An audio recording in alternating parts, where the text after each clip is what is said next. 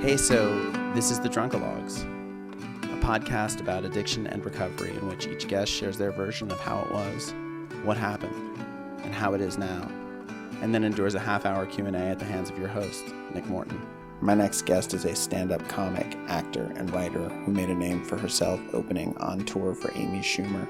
She co-wrote and starred in the Independent Spirit Awards nominated film The Foxy Merkins, and her debut stand-up album, These Lips, is currently available on Spotify and everywhere downloads are available. I first met her doing stand-up here in Los Angeles, and her laughter in this interview in the face of some super dark shit is blessedly infectious. Won't you please welcome Jackie Monahan. How long have you been sober? Since March 5th, 2017. Wow, so pretty recently. Yeah. Right. Both my parents are alcoholics. Practicing. Yes, still. They still drink. Yes. Right. Where'd you grow up? Rhode Island. Rhode Island. Wow. But my family is from New Jersey, right outside of New York City. Right. And I was born there. Right. So my parents took me to Connecticut and then to Rhode Island.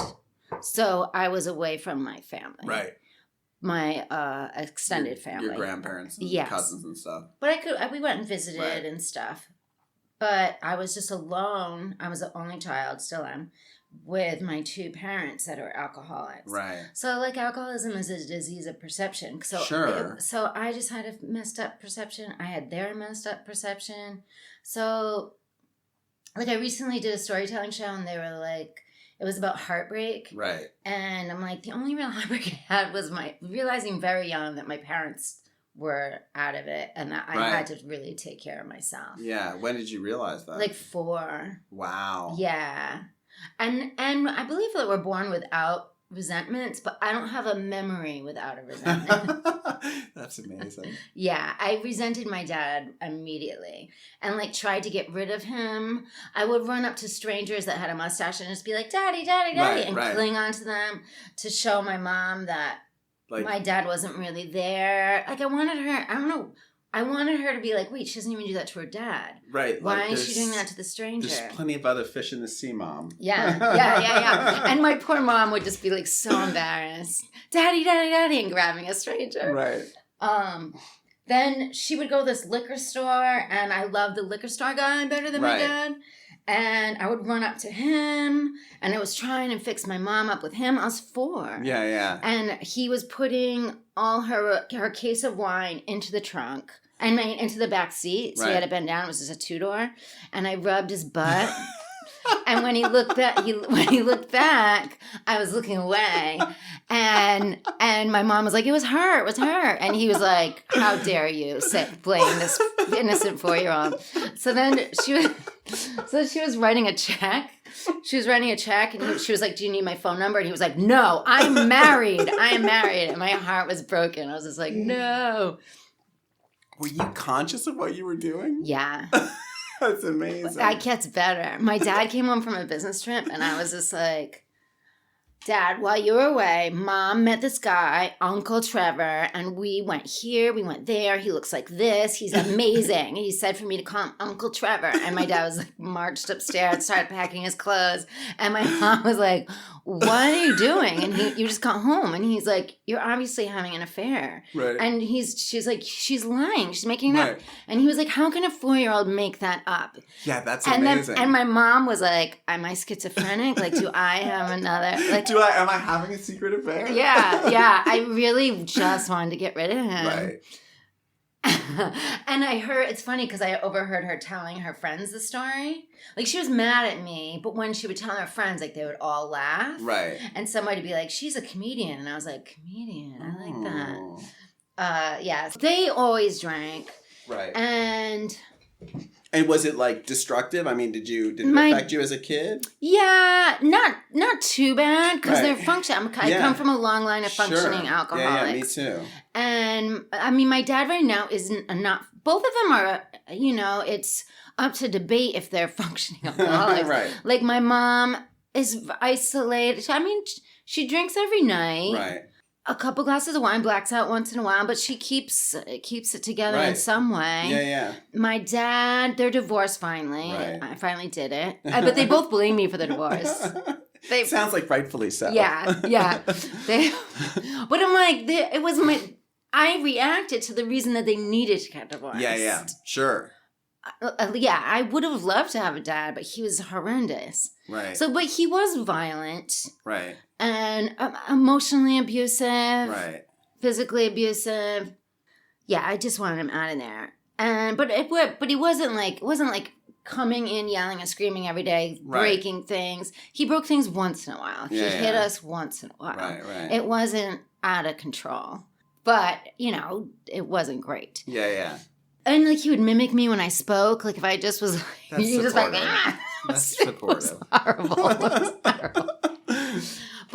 But he was barely home. So when he wasn't home, like my mom, I was just like, she had so much fun with me. What did he do for work? When I was younger, he managed restaurants. Right. And like he would manage a chain of them. Right. Then he owned a restaurant. Right. And then someone wanted to buy it for a lot of money. Uh-huh. So he sold it to them. Right. And then he got in a car accident, almost died. Oh, he was drunk driving. Right. And she found out that it flipped him out. He rolled over and it landed on him. And he was supposed to die. Christ. And he was supposed to never walk again. Right. He was in the hospital for months. And he came out and went to AA maybe once and then just started drinking. Right. That's when my mom was like, I had enough. Right, yeah. She's like, I could lose the house if I don't get rid of him because we lost the car because it was brand new. So then he started a chain of coffee shops. Right. It was before Starbucks. Right. It was called Peaberry's in Rhode Island. Uh-huh. And it was a chain. It was everywhere. Like he was ahead of Peaberry's, but with the alcoholism, like he could have been Starbucks. Right. It was an all the great. Yeah, it's so sad. Is it still there? Does it still exist? I could be rich. No, he ended up fighting with his business partner, and everybody hated him. Right. Everybody that worked there hated him, so they stole from him, including me. So I would go to parties with the company and everybody would be like, we want to kill your father. And I'm like, me too. He was Trump. He was living with Trump. Right. He was a Republican and he was narcissistic. Both my parents are narcissistic too. Sure. So, but right now he had esophageal cancer, which you get from alcoholism, and then he had two strokes. Right. I saw him after the cancer, and we hadn't talked for 15 years, and we made up. He was drinking the whole time, and then he had the 2 strokes, and now he's in a VA hospital. Right. He can't speak. Like, I call him, and he's just like, And that's so brutal. And if I talk about me, he hangs up. If I talk about him, I'm like, you're so great. He just like stays on. He's like, but his wife, and people are like, it's so sad. I'm like, not really. He made up with me, and then he never can hurt me again. Right. Like, you know, he can't say anything to torture me again. So it's like fine. Right. It's like it feels like it's like a Greek tragedy. Like he's been totally he's paid the ultimate price. If I knew this was going to be where you should call him and imitate. I know. I want to be like, who's playing the fool now, Dad? Who's playing the fool now? Oh my God! I'm not realizing it till now. He's mimicking. His voice is the mimic that he did to me when I was little. He's totally been cursed. Oh my God! I feel like the little kid in Twilight Zone. I really have stories like that. Like 2 boys like touched me inappropriately and they died. Oh my God! I'm gonna be on my best behavior. I know. I do not want to be. It's terrible. Be cursed. Oh my God! I didn't think of that. But like the 14, you got power. I know. But like the 14-year-old me, if I knew that this was going to be his demise, my life would have been cake. Right. Because I just was full of resentment and couldn't sleep. I wanted, you know. But if I was like, oh, this is how it's going to end up, I would have been like, woohoo. Yeah. This is. Don't worry, guys. Yeah. We got this shit covered. Yeah. It's terrible though. But anyway, I mean, it's fine with me, but it's so dark. The humor in it is dark. But I love it. But but guess what? His wife, he remarried. She drives to the VA hospital, picks him up every day, takes him back home, drinks with him. Oh my God. Then drives him back and sneaks alcohol in. Oh, that's so in brutal. A urine cup. Wow. every day. And she said to me, she's like, it snowed one day and I didn't make it there. And he missed me so much. I'm like, don't you realize? And I told them, I'm so glad I told her after that. She wouldn't have told me. Yeah, but I was like, I quit drinking. And she was just like, why? Whoa, yeah. Yeah. People don't understand. And she's like a respectable, like lady. Right. It's so weird. It's weird. Like she wants her drinking buddy. Like, lady, you're keeping him alive. And she's just like, poor me. I have to take care of him. And Jackie's all the way in LA. Like, when he was fine, you weren't trying to get him to hang out with me. And B, you're keeping him alive. Like, if you for your drinking buddy. Like, if you stop, right. This is if you codependence. stopped giving him alcohol, he would probably die. Right. Like, you're the one that's keeping it alive. Oh, God, that's intense. Right. Alcohol's a brutal way to die. It really is, but he's just like, la, la, la. So, yeah, functioning, I don't know. Right. Is that functioning? We'll redefine functioning. Yeah. So, but with my parents being nuts, I still in no way was like, and my mom left me home alone when I was 3 to play tennis. So I never once thought, I'm never going to drink. That thought never crossed my mind. The thought that crossed my mind was, I want to be like my dad. I didn't want to be anything like my dad, but I didn't want to be home like my mom. Right. My mom would pass out in front of the TV, and I would cover her with crayons so that when she moved, all the crayons would fall on the ground. She's like, we have a poltergeist. Yeah. But I didn't want to be like her. Also, I wanted to be out like my dad till 4 a.m. Totally. And like he's incapacitated, and the only women at the VA hospital gather around his room. Like he was a chick magnet. Right. And my mom was like, your dad was a trophy and I got him, and look what I got. I got nothing. Wow. It's just That's like, a dark it's lesson. Really, it's a very dark lesson. Jeez. So, okay, That's back wild. to. So when did you start, when did your whole thing start? So also, my great-grandfather was the treasurer of the plaza. Right. And he would go on benders, and he would take off. I would hear about this all the time. Right. Your great-grandfather was the treasurer of the plaza, and I would hear my grandmother complaining about it. Like, my dad would take off for 2 weeks at a time with F. Scott Fitzgerald. Oh, wow. He would take off with F. Scott Fitzgerald and then go home. And they would not know if he was coming home. They would be so upset. Sure. And she was like, my grandma, her mother would be so upset, like, just like, I hope he comes home. And when he came home, she would be like, you better not do it again. But she would keep taking him back. Yeah. And once again, I was like, I want to be like the grandpa. Sure. I want to be off with Scott Fitzgerald and keeping somebody at home waiting for me. Yeah. Like, I don't want to be the one at home. That's crazy. Yeah. So my parents always gave me alcohol, so I never didn't drink. Right. If I was sick, they gave me something to drink. The alcohol was everywhere, so I was always taking sips. But I didn't start drinking to get drunk until I was 12. Right. And even that's pretty late. And yeah. And even then, like, all the boys in my neighborhood were trying to get me drunk. Really? And I was just like, I'm going to fool them. And I went in the bathroom and poured out half, but still drank the other half. Like, what? Like, but I still got wasted and blacked out. I totally blacked out. Was that your first my drink? First real first drunk. Like boozy drink was that, right? I was pouring out half thinking I was fooling them. I got wasted, passed out, woke up in different clothes. Right. But thank God, I believe nothing happened because the ringleader was gay. Right. And he just was like, dressing you up and shit. Like, he was like, fun. Jackie is not utilizing her gifts. He was like 3 years older than me. Right.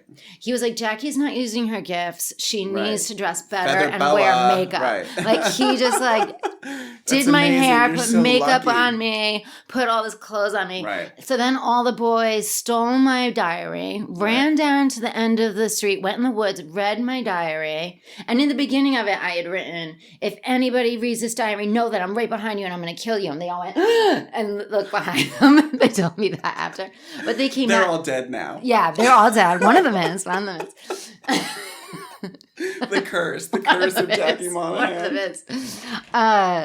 But the gay guy's brother was in love with me. Right. And he would work he got a job with his dad so he could save up money to buy me gum. Right. And he came home to give me this pack of gum, like this whole case of gum. And there I was in this outfit, just like drunk. They had my diary. It's my first drink. Right. And he's like taking care of me. I'm throwing up all over him. And how old is he? Is he the same age as you? He's a year older Right. than me.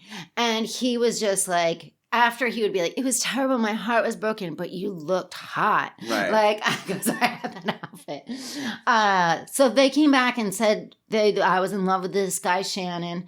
And I was heartbroken that they read my diary. Right. Yeah. That's brutal. But no part of me was like, I'm never doing that again. Right. No part of me. Yeah, sure. And I just started drinking from then on, just constantly. Was that like over the summer at like someone's house, or was it was like, at my house. It was always at my house your because my parents. Your parents were out of it. They were never home. So people would come and party, Everybody and hang partied. out. Everybody partied at my house, and my mom left a list of chores I had to do. Right. I would get passed out drunk. Everybody would do my chores. They would really do That's it. amazing. So they had a place to hang out. We would drink Purple Passion. What's Purple Passion? Oh my God, it was the best. It was like, it looked like it was a 2-liter of like soda. Right. But it had alcohol in it. Oh, wow. Yeah, it was You great. wouldn't concoct that yourself? You'd buy that No, at the you'd store? buy it. Wow. I had fake IDs up Right. I had so many. So you're 12, sorry. You're 12. This is you around have this, 15. Right. And so you sort of But like, I whatever. drink- You just yeah. keep kind of partying here Yeah. and there. Yeah. Right. And I never smoked pot. People tried to get me to smoke pot. Right. And then my dad found pot in his closet, which was his. Right. It wasn't mine. And they all accused me of smoking pots. And I'm like, oh, I'm just going to do it if they accuse me. Right. Since they're thinking I do it anyway. Yeah. But I didn't really get hooked on pot Yeah. until I quit. I quit drinking on my own and tried to just When was that? medicate with pot. And then I got really addicted to pot. Oh, really? When was that? That was like a few years before I got Right. sober. Yeah. I tried that trick. Yeah, I couldn't believe how addicted to pot I got. That's wild. When it wasn't really my jam. Yeah. And it wasn't like I had tons of it. Just a little toke. All the time. Yeah. Yeah. A little tiny, I would call myself the one-hit wonder. Yeah, totally. And then I would just like, I was in heaven. I was just like, I know everything. My problem was that I would take that one, it would escalate so quickly that I was like, oh, forget this, like the first night out, a little toke, second night, a little toke, third night, bigger toke, fourth night, full on like giant packed bong, and Yeah. I'm like tripping my balls off, and I'm like, this isn't helping. Especially the weed here. Yeah, the I'm weed's just like, crazy. be careful, everybody. So, yeah, I just continued to drink my face off. And I had been, doing sports in school. Right. Quit sports. Right. Just wanted to come home so I can start drinking. Right. And, my life became about partying. Right. I was a party girl. Yeah. And I just wanted to have fun. My life became just about wanting to have fun. Sure. And Did you go to college? I did, but Right. barely. Right. It took me years. Where'd you go? I got my associates from CCRI, Uh-huh. and then I got my bachelor's from Rhode Island College. Right. That took me a very long time. And were you living at home at that point, or did you No, move I out? moved out on my own. I lived in Providence. When did you move out? I moved out when I was 19, Right. 18, 19. So you finished high school at home, Yeah. and then moved out. Yeah. Right. And then I moved out, and then I didn't live at college, but I lived with girls, and we just partied constantly. I remember one night, I was like, I'm not going to drink tonight. And I made the biggest stink about it. And I was Right. like, everybody has to be quiet. Meanwhile, I'm like, I'm not drinking. You guys need to be quiet. Like, everybody had to suffer from it. When Right. every night I either came home loud from a party Right. or brought a party home. Yeah, totally. But I remember it distinctly that one night, But it was trying not to drink. Still fun at this point? Like, you're still having, Oh, basically yeah. having a good time, right? Yeah, it was still fun. It's interesting. I have like a few like bad sleeping with people problems. Right, sure. One thing that kept me out of AA was some guy told me he's like I get horny in AA because I think about what the girls were like easy and slutty. Right. Yeah. And that kept me out of AA. I'm like, I don't want people looking at me thinking I was easy and slutty. That's funny. Yeah, but mostly for me, I stayed in relationships way Right. too long with Oh, people that right. I would not be with. Yeah. if I was sober. Right. You wouldn't put up with that bullshit because you can just like fucking medicate yourself into being like, it's fine. And be like, this is fine. And they enabled me. Yeah. The only person I really cared about a lot was I was married to a woman for 12 years. Really? Yeah. Wow, I didn't know that. In New York. Right. And I mean, I don't know anything about you. Right. That surprises me. And and we're still best friends. Right. I love her to death. That's cool. She's like the only person that I'm like, oh, that relationship made sense. Right. Everybody else, I was like, why did I do that? I mean, I'm sorry, everybody, if you're listening to this. I really liked you for a reason, but I'm like, that was too long. Yeah. And now sober, like if I go on a date with somebody, I'm like, oh, this would have been a 5-year relationship. Right, totally. You're like, they're okay. Yeah. But now I have to like them and be attracted to them at the same time. And that's hard. That's a lot. It's impossible. Yeah, it's hard. Impossible. It's hard for me to find. Yeah. Yeah. So how do you get to New York? Are you doing stand-up in New York? My ex-wife made me do stand-up. Oh, really? So we met in Rhode Island. She was bartending. I went to the bar. Right. She put a bottle of wine in front of me. I ordered a glass of wine and she put the bottle in front of me. Right. I was just like, yes. And she was hot. Yeah. It was crazy because I was in love with Ellen DeGeneres at the time, and she looked like a 15-year younger Ellen DeGeneres. Was Ellen famous at that point? Not as famous, no. So it was kind of my witchy thinking too. Like, it's crazy. But so I was living with a guy at the time, and I left him, got on this girl's motorcycle, drove off into the sunset. Nice. We we should do this movie. Yeah, we got civil unioned. Right. And in Rhode Island at that point? In Vermont. It was the only place that it was legal. Oh, right, that's right. So, and then we moved to, oh my God, we went to a bar. We went to this dive bar, and I had been hanging out with a girl that looked kind of like her, and she was hanging out with a girl that looked kind of like me. Right. And we went to this bar, and the woman was like, oh no, you're not getting served here. You got to leave.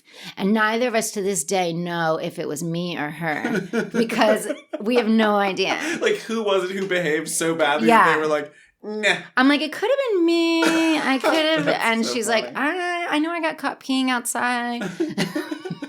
I'm like, I think I got caught doing coke in the bathroom. Right. We have no idea which one of us. Oh, man. So we used to joke that we left Rhode Island because we were kicked out of all the bars separately and then together. So then we moved to Philadelphia.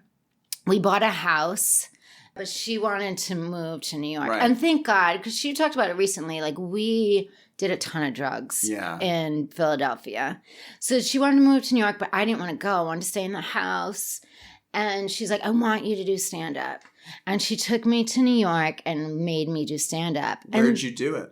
Ha Comedy Club. And had you done any stand-up at that point? I had done some improv. Right. I was part of this comedy troupe while I was going to school called Pork Chop Lounge in Providence, and it was really awesome. It was like the coolest thing ever. We would do sketches, rehearse them, but there was a director, and she would have us do improv, and then there was also like open micers that did stuff, and then we had a band, and we had a host.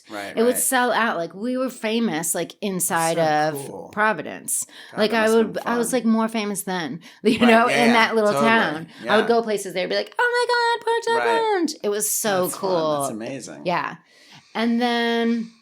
So she wanted me to do stand-up and not have to rely on anybody else to do anything. Yeah. So I did stand-up and I got hooked. Right. Like, I was just addicted from there. And when you were in Philadelphia and Rhode Island, were you trying to do like acting and shit? Or were you No, I never really wanted to do acting. I started doing acting out of stand-up. Madeline Olnick, the woman that has put me in all these independent films, she found me on another comic's website and put me in movies. And I said no right away. And then, I don't know why, I just loved stand-up so much, I didn't want to do other people's lines. Sure, that makes sense. And then she sent me one of her shorts, and I was like, oh, this will be fun. This is genius. I do want to work with her. Yeah. And now I love acting. Now I see what's fun about it. I see like being somebody else. And actually that's kind of how I got sober. Right.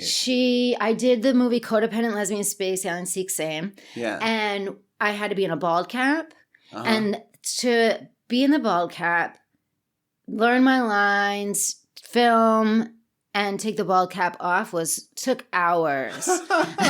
And my wife, when I came home, she was like, do you realize you haven't drank in 2 weeks? Oh, and it was God. my first time. Wow. It was the first time I strung more than 3 days together without drinking. And was she like, is she still drinking? She is. But at one point, get this. At one point, I was like, you need to quit drinking.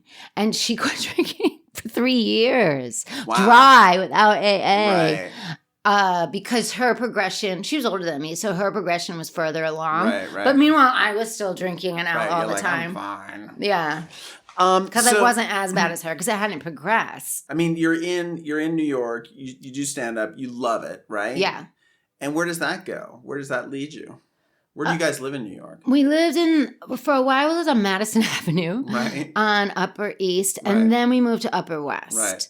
And I started doing lesbian tours. Right away, I was just picked up on lesbian tours. Interesting. Wow. And I opened for Amy Schumer for a long time. Wow, that's amazing. Yeah. So I was just making money doing that. Oh, cool. And then I was making money doing the thing you love. Yep. Like, Yep. And after like a year and a half. And you're married. And after like a year and a half. Yeah, that's the way stand-up works. It's easy. Yeah. Easy. And then I was doing the movies. Right. And then I felt something was missing. Yeah. And I moved to LA. With your wife? With my wife. Was that hard to convince her to come to LA or no? No, I didn't want her. No. I felt something was missing with my wife. Oh. I felt like I also felt like I was living Amy Schumer's life, and I didn't want that anymore. Because you were like, it was her. I was under her. Whatever. It's her schedule, her time frame, her thing. And it was too much it for just me. I could see that. So I was. It's a golden cage. Yeah. So I felt like I wanted to get away from them both. Right. Amy Schumer had moved right across the street from me. Right. So Amy and my wife were like and it wasn't their fault. Now that I've been through the program and everything, it's like, oh, it was just me. Yeah. But I just wanted to get away and have some breathing room. And so I moved to LA. And did you separate to move to LA? No, I was actually hoping that absence would make the heart grow fonder. So you're just sort of taking a break. Yeah, and then just... Where'd you land in LA? West, in the worst place imaginable. Not that West Hollywood was the worst place imaginable. The building I moved into. What building was it? It was the cesspool of codependency. My best friend lived in the building. Oh. I moved in with him, and then I moved in with him for like 6 months, partied like a rock star. Sure. I think because I knew I've just like... What year was this? And maybe 2013, because then I did the Foxy Merkins in 2014. Right. And if there's any time I wish I could go back in time I wish I had quit drinking then. Right. Because that was a really fun time, and I just drank a lot. You sort of missed a lot of the realness of it. What after that 2 weeks in the bald cap, I mean, was there a moment where you were like, I should keep going with this? No. I never thought of it really. But one day when I came to LA, I was like, ooh, I wish I had a project like that took up that much time that I could quit drinking for. Right. And then I was like, Chucky, what about that project being you? Right. And I was like, okay. And never thinking maybe you have alcoholism. No part of me thought I had alcoholism. And when you landed in LA, was it easy to sort of infiltrate the stand-up scene here? Because been opening for Amy, or was it? I still was opening for Amy. We would meet places, and I would open for her. But I was really just like resting on my laurels, just drinking and being like, "Oh, the universe is taking me this far. It's just, oh my god!" And I found the secret. I was like, "I'm just gonna drink, and manifest my face off." And but you know what? It was like, You've manifested some pretty sick shit. So yeah. I mean, I bet you were doing aces. I was. And as soon as I found the secret is when everything hit the shitter. Amazing. But like it tried to kill me. Yeah. The secret tried to kill me. Maybe what you needed. It really wasn't until I found the program that I was like, oh yeah, that can kill somebody. Right. So what happened? So you're here. So I quit drinking. I quit drinking for myself. Wow. But to smoking a little pot here and there. Right. And I was like, I'm going to quit drinking till I was going to the Independent Spirit Awards. Right. Because the Foxy Merkins was nominated for the Independent Spirit Awards. Nice. And I had co-written it and I starred in it. Amazing. Yeah. Congratulations. Thank you. That's While cool. drinking my face off. Right. And at Sundance, I was insane. Huh. I just like got on a piano and was just slamming the keys. And I was like, I had walked into a room and somebody was like, Jackie, you missed it. Somebody was just playing the piano. And I was like, oh yeah, I can play the piano. And I got down on the piano and just started slamming the keys. And I was like, everybody's got it. We're all gonna get it. Cancer. Everybody was like, ah. But I thought I was hilarious. Oh my God. And my friend was there. My friend was just like, I was like torturing some guy. I wouldn't sleep with him, but I was just like flirting with him like crazy. And my friend was like, he can rape you. Like you are torturing him. Like it would be fair. He was like, Jackie, rape. It would be fair. But I never slept with him. Never did. Oh my God. I was a nightmare. And then everybody was like, this weird guy keeps following you around. I'm like, I don't know why. Oh my God. It's so funny. And so does anything terrible happen at Sundance, or it's just kind of like no, but I just wreck, didn't right? I couldn't actually. Somebody pulled me aside and was like, some like programmer from Sundance pulled me aside at one of them and was like, I thought they were gonna be like, Jackie, you're being crazy, like you need to dial it back. And so I was like so nervous, and they were like, Jackie, you've made this the funnest Sundance there's ever. Like there were no repercussions. Like I would black. They're basically just like, you're awesome. Yeah, I would black out, and the next day I would be like to my friends, like, why did you let me drink so much? Like what? They're like, you were so funny. You were so fun. And if I did try to quit drinking, people hated how frustrated I got and would just put drinks in front of me. Right. Nobody wanted me to quit drinking. Yeah. That was not a thing. Yeah. Ooh, and then I went to one AA meeting with another comic for her benefit. Right.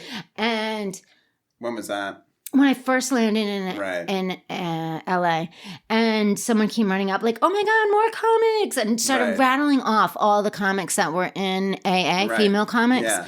And I was just like, whoa, I don't want to be told about, I don't want this to be my thing. Yeah, I don't want somebody rattling off that I was here. And that kept me from going. That's amazing. But guess what? That kept me from going. Those people she named, wildly famous now. They're all wildly successful and famous. Right. Like, but meanwhile, I was like, I don't want to be, like the things that kept me out. The things that I justified as reasons to keep me out. Well, my first interview, I say it all the time, but this guy said, Tommy Swerdlow, he said, if you don't want it, nothing anyone can say is going to make a difference. True. And if you do want it, nothing anyone can say will make a difference. Yeah, it's true. Like, I love that. When I decided I wanted to get sober, no one supported it. No one thought it was a good idea. Same. And I was just like, it's not about you. Like in my head, this is just like, I know I need this. Like it doesn't matter. I don't care what anyone says. I'm doing this. That's how I was too. You're the only one I've ever met that has the same thing. Yeah. Good for you. Because it's hard when everybody's like, it's not until once you realize it. Once I realized it, I was like, oh, wait a minute. You guys aren't helping me. Like, I'm just entertaining you. Yeah. And then you're not caring about what I'm doing. Right. Like, my career was just diving. Going down the toilet. Down the toilet because I was just relying on the secret. Right. And alcohol. So I quit drinking, and then I was like, I'm going to quit drinking until Independent Spirit Awards. Right. Because they're going to have great wine, great free alcohol. Right. Why would I pass that up? But I got there, and I still didn't want to drink. I still didn't drink, which I was amazed about. And then I did Last Comic Standing. So you went through that whole night without drinking? Yep. That's amazing. And then I went to... You did Last Comic Standing? I did Last Comic Standing, 33 days sober without a program. And How deep into it I did you didn't do get? well. I didn't do well. Where I would have had I had a program or drank. So I'm just sort of curious about that. I did do they still do that? Is that show still on? No. It's too bad. It's such a great thing for everybody. It really is. I did okay. I did well, but I would have done great had I... Who won that year? I don't even know. I didn't pay attention after. I wasn't on it. Fuck it. Who was on it with you? Anyone? Was there a sense of community when you're doing the show? Or when I got back to the main room, I said to a comic that was 5 years sober at the time, I was like, I'm 33 days sober. And he was just like, you're insane. Why did you go out there 33 days sober? Like, you should have just drank. Like, he was like, I didn't get comfortable on stage until I was a year sober. Like, you can't. Yeah, that's interesting. And I was like, oh, I should have done that. But anyway, whatever. But I'm glad I'm sober now. It's good. So I stayed sober for 90 days. Right. And then something horrendous happened and I couldn't stay sober. And I was calling. My ex-wife called, very upset, saying, how could you do this to me? How could we break up? You promised to be with me forever. Right. And I just couldn't handle the pain. Right. And so I called different people and they were like, Jackie, just drink. And I drank. Oh. And then, so I drank for a little while, got a DUI. Right. That sucks. Still went to meetings, didn't think I was an alcoholic. And then, even though I got... Did you get court ordered? Yep. Still didn't think I was an alcoholic. And then I quit drinking again for 200 days. I was trying to do a year. Right. And were you going to meetings or no? No. Right. Just doing it on my own. White knuckling it. And then something bad happened again. I thought that my driver's license was fixed. I spent 9 hours at a DMV and finally got my license back. And then I got a thing in the mail that it wasn't back. And I was so upset. Right. And I called my friends again and they were like, just drink. And I remember opening the bottle and just being like, ugh, and just drinking. And Did it feel good? One sip of the alcohol, I was like, oh, I can handle this. Right. And so then I was just drinking. And then I started dating a woman who, and all my friends that were in AA, they just didn't seem happy. Right. And I wanted to be happy. Yeah. So I started dating a woman who was sober and happy. And was she in AA or no? She was in AA. Right. But she was rich, very, very rich and beautiful. And she started paying my rent because I was just not doing well. And she started paying my rent and she was like, Jackie, and I was just out drinking and she would call me and I'd be like, I'm out. And she's like, I'm not going to pay your rent while you go party and drink. Right. And she was like, you need coping skills. I'm like, coping skills? What is that? I didn't even... I know exactly. I'm like, well, yeah. I mean, why didn't anyone teach me about that? Nobody told me what that was. Yeah. So I was like, okay, yeah, I'll do it. I'm going to do it for a year with coping skills. And the more I was in the program, because her being happy and hearing coping skills, that was like, okay. So that's really what got you into the program. That's what made me surrender. Right. But I actually still was going there thinking, waiting for it to be Catholic school. Right. Waiting for it to be religion. Right. I didn't know that it wasn't. Because I went to 12 years of Catholic school and I was taught to lie and told not to lie. Right. So I was waiting for it to be Catholic school and it wasn't. Well, it is weird with Catholicism because the whole thing is a crazy lie. Yeah. And yet they're using that crazy story to kind of give you a moral code. And it's like at its root, it's corrupt. Anyway, I've never thought about that before. Yeah, right. So I was waiting for it to be corrupt. Yeah, so you're just waiting for all morality to be fake. Right. And oh my God, I'm getting chills right now. Just when I realized, I'm just waiting for the shoe to drop and realizing it was never dropping. And was there a moment in a meeting or something where you were like, oh, wow, this is actually like, this isn't... I couldn't believe it. Just everything.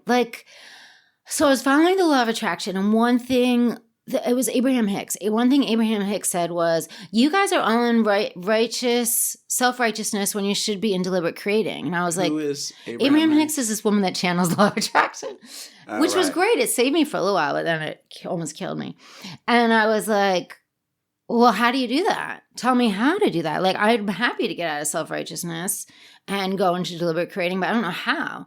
And then I was reading the 12 and 12, and it was like, you're in self-righteousness, and told us how to get out of it. And I was like, and then all this stuff I had been studying on my own was, you want to live in the fourth dimension, not the third. And I was like, great, how? I want to do that. Yeah. How? And then when I read, do these steps, it'll rocket ship you into the fourth dimension. I was like, oh my God, this is the answer to everything that I wanted. And how long sober are you when you realize that you can rocket yourself into the fourth dimension? Maybe 11 months or something. Yeah, a while. It was a while. Yeah, sure. Until, because I was so scared for the shoe to drop. My parents, the shoe dropped. Everything. Do you know what I mean? Like, I never could trust anything. There was nothing I could trust ever. So, as in my evil mind, no. There was nothing I could trust. So, I was waiting for the shoe to drop, and when it never did, it was just like I had a sponsor in the beginning that I could manipulate, right? And then I watched, and I wasn't really doing the program perfectly, and then because but I was still doing well, right? And then this other friend of mine, she saw how good I was doing, and she was like drinking tall boys in her closet. Like I wasn't that bad, and she got sober because of my example, and she got the Mercedes of sponsors immediately, and just was killing it. That's good. So then I was like, "Whoa, you're not going to kill it more than me. I'm going to get the Mercedes as sponsor." It was competitive sobriety. So then I got a killer sponsor. She was gorgeous, a badass. She was tight to her program. Right. She was tight to her higher power. And I could see her get flustered and just get in alignment. And I wanted that. Right. I wanted that. Right. And I mean, she read the whole book to me. Went through the steps with her, and it was pure heaven. It's been heaven since. Is she still your sponsor? No, I did switch. She was, I switched to an artist. Right. She wanted me to quit stand-up. Fuck that. She wanted me to quit stand-up. Interesting. I got a job working in sobriety, helping homeless kids get into sobriety. Right. And I found out I went through all this interviewing and stuff for it, and they were barely paying me, which is fine. But on top of it, they wanted me to work at night. Right. So I couldn't do stand-up. And my sponsor really wanted me to take the job. Right. And she was like, be of service. Yeah. And she was like, well, I think you need to put a timeline on how long you're going to keep doing the stand-up. Right. And I started dreaming. I was just crying nonstop. And I started dreaming that I was looking in the mirror and couldn't see myself. Yeah. And I was crying nonstop. And I had called, somebody was doing an AA event, or a program event, sorry. And they were looking for this singer. And I was like, they were like, can you ask her to do it? And I was like, wanted to say, I don't have her number. Can you do it? Right. And I was like, I got to be of service. I know I can find it. So I found the girl's number, and I called her, and she was like, Jackie, how are you doing? That's so weird you're calling me. I was just thinking about you today. And I just started crying, and I told her about what was going on with my sponsor.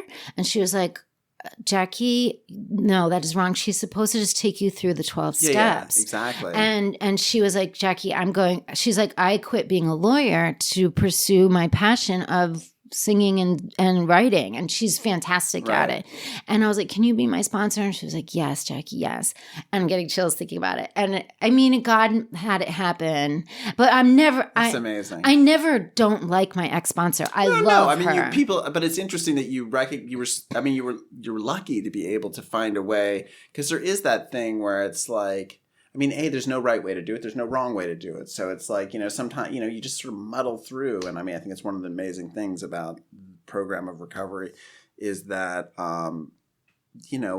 every size fits whoever, there's just so many different ways of doing it. And that, sometimes, I think like the really, the program itself, it's like, drunks helping drunks. And it's like, this is my, it's sharing your experience, sharing your strength and wisdom and hope. And then to the person who needs that, it's always like, take what you need, take what makes sense for you, take what helps. And if it doesn't connect, doesn't make sense, it doesn't help, fucking don't take right, it. You know? Right. And it's interesting because that sponsor taught me how to do that. And when that was all happening, I wasn't mad at her. Sure. I was mad at God. Yeah, sure. I was like, I have to leave another person that I love. I have to leave another person that I love. I was so mad. But it made me understand very strongly principles, not personalities. Oh, yeah. It made me really understand never to rely on a person. Yeah. No person is perfect. Yeah. Never put my heart and soul into a person again. My heart and soul is to the program and to God, my higher power. Interesting. Like that is where it has to be, the order. And then myself and then another person. People are just for sex. Yeah, they're just... my morning routine is my friend April.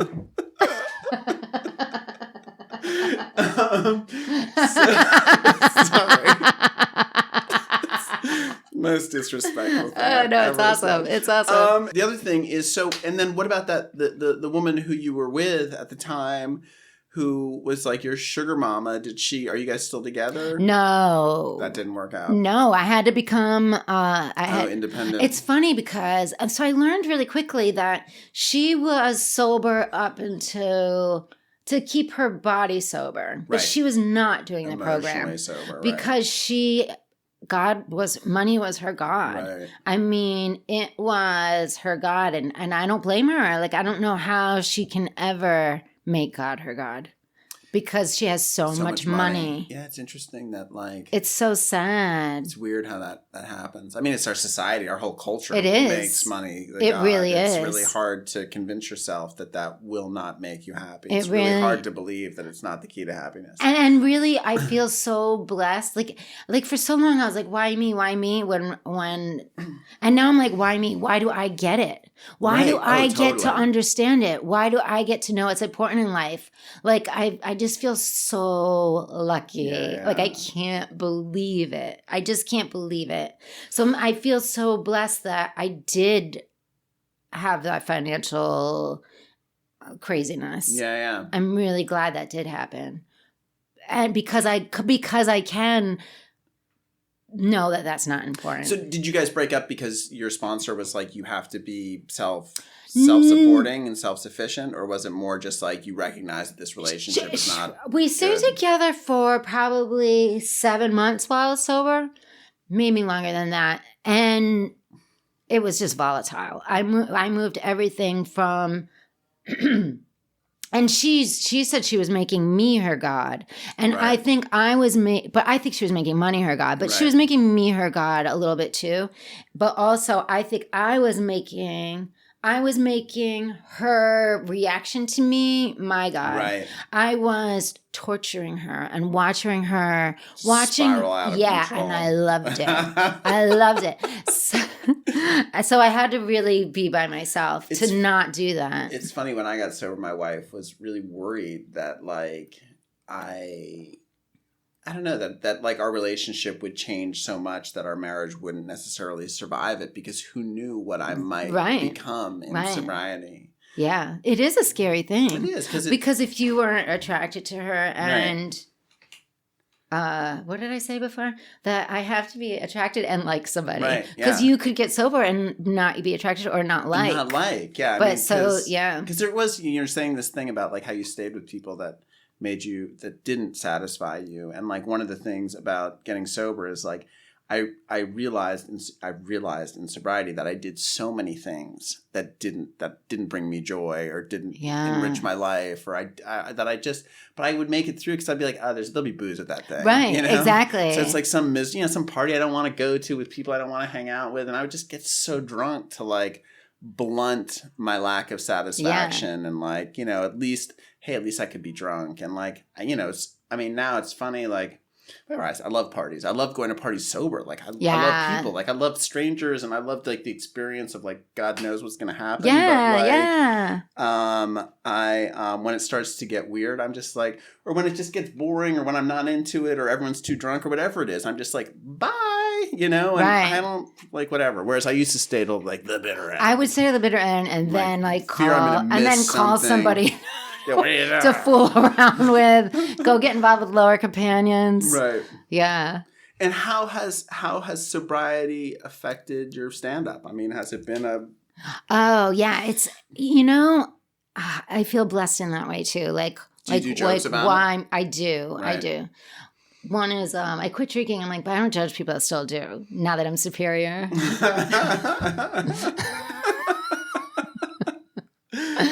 I love it because my jokes before were very one-liner. Right. And now they're just so evolved. Well, that was still a one-liner. Not one-liner, but well, yeah, kind of. But yeah, I can get deeper with comedy now. Right. And I do a lot of sober stand-up, which is my favorite because... You have a show, right? Don't you? I mean, I follow you. I've been following you on Instagram for a long time, actually. And don't you do a show that has like a sober, it has some sort of... Yeah, it's sober. Drinking it's sober, not sober. Sober, not sober, right. I don't know if... Excuse me. I don't know if I'm... I just dropped dead. I was like, oh, sorry. We're gonna have to end this. Jackie just died in the middle of the podcast. I'm taking a little break from it, right, because it's funny because when I first started it, it's interesting because if I started it and talked to my first sponsor and I was like, right, I'm doing a show called Sober Not Sober where half the comics are sober and the other are wasted. Right. She would be like, no. Right. You're not. But my new sponsor was very like, well, if that rings true to you now, like go ahead and do that, but right, you might change your mind later. Yeah. And that's what's happening right now. I'm a little bit changing my mind. I don't like being around people that are wasted. Right. And is that kind of the thing? It's like people are sober and then people are fucked up. Yeah. Right. And I have friends in New York that I found out were sober, and right, I'm like, hey, oh my God, you're sober. And they're like, oh my God, Jackie, we thought you were the wasted one on Sober Not Sober. Like it didn't, like they weren't paying attention to it. And I'm kind of like, I don't know if I want to be involved with alcohol right now. But that being said, I might end up going back, who knows? Right. But I'm taking a little break just for me with it. But I might go back. I love the people I was working with, and I don't know how they do it. Like they drink way more than I ever did. Yeah. And they hold down huge jobs. Yeah. Like I couldn't. Yeah, I always find that like people, there's always that conversation that happens around people who drink a lot. Like, is so-and-so an alcoholic, you know? And it's weird because there are people that drink more than I drank. Yeah. That don't. But they can hold it together. Have a problem. And they don't have, for me, it was my resentments. My resentments fueled the ism in me. That was, yeah. It's funny. I just listened to Russell Brand's book on recovery. I believe I listened to it too. It's good. It's a great listen. It is good. It's so funny. But he talks about the cycle of shame, and like that. I think that played a huge role in is the vibe I get from listening to it. That played a big role in his sort of why it was such a problem for him, because like he's basically like at some point in the book he's like, you know, hey, if you can get fucked up and like have sex with a bunch of people and like do a bunch of drugs and wake up in the morning and you're fine with it, hey, maybe you're fine.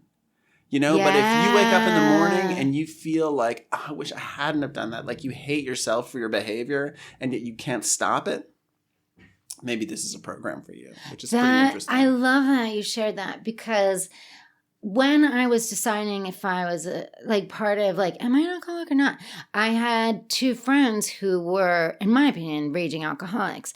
And they would do insane stuff the night before. Right. And then wake up and be like, hey, let's go to breakfast. And I'm like, oh my God, if that was me, I would be like, right. Like I couldn't believe it. They're just like, hey, just bounce back. They'd be fine. And I thought to myself, oh, when you're an alcoholic, you have to have the ability to not be severely embarrassed. Yeah. But I guess it's shame not to have shame. Shame, yeah, and regret. I mean, I would get up, you know, and I would be pukingly hungover, and I'd be like, I'm gonna go for a run. You know, because I felt like if I could pay some sort of penance, right, then I would be okay, you know, or then at least the endorphins would get going and I'd be like, oh, maybe I can choke down some scrambled eggs or something, you know, like a lot of, you know, I spent a lot of time just kind of like trying to manage the shame and manage the hangover and like, you know, and I feel like, I don't know, at least that book is almost it's almost like a program for avoiding creating the circumstances in your life that will cause you shame. It's like, look, if you're going to be ashamed of yourself for like, you know, having, you know, anonymous sex with a stranger, do these things because it'll stop you from doing that. But like, if you're fine with that, yeah, maybe you don't need, you know, whatever. Yeah. And that's interesting. I mean, it's interesting. I don't know if it's right or my wrong, mom, but it's interesting. But I love this topic. It's very interesting because that's my parents. Right. They're fine with it too, not embarrassed. Right. I mean, my dad embarrassed himself a million times, but everybody still loved him. He was Mr. Charming. And I was just like, I don't get it. Like, why is everybody listening to him? Like, he was very funny, but at everybody else's expense. Yeah. And then he would go on and on about how some woman was ugly. And then I would find out later, I would see him hitting on her. Right. Like, it's so fucked up. And my mom, like, she'll just like wake up and be like, oh my God, I went on about the creme brulee yesterday. I'm like, yeah, for 20 hours you talked about the creme brulee. Like if that was me, I'd be like, oh yeah, I cannot. Yeah, I gotta stop. I gotta stop this. I guess for me, the other thing also was just like this sense that like I wanted more out of, like I wanted more. Exactly. Like I had these dreams and ambitions that were bigger than my life, and because I wasn't realizing them on any level, and I'm still not realizing them. But like at least I'm engaged with them in a way. Yeah. Whereas before I'd be like, oh, I haven't done all those things I want to do. And I'd be like, fine, do some more. Let's eat some pie. So. Right, same. But it's when I get like that, like, oh, I want to be further in life. I think, oh, Jackie, You've done it all. Like the rest is just getting sober is it. Yeah. The rest is just continuing to do the 10-step every night. Like, was I in fear today? Was I in self-pity? Was I self-seeking?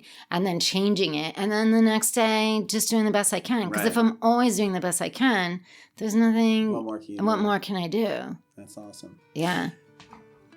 I think that's the end of the podcast. Oh, amazing. Fun. Thank you. This was fun. Thank you so much. That was great. Hey, thanks for listening. If you've been enjoying the podcast, please consider supporting it by heading over to my page at patreon.com and just tossing a buck into the basket. Thanks.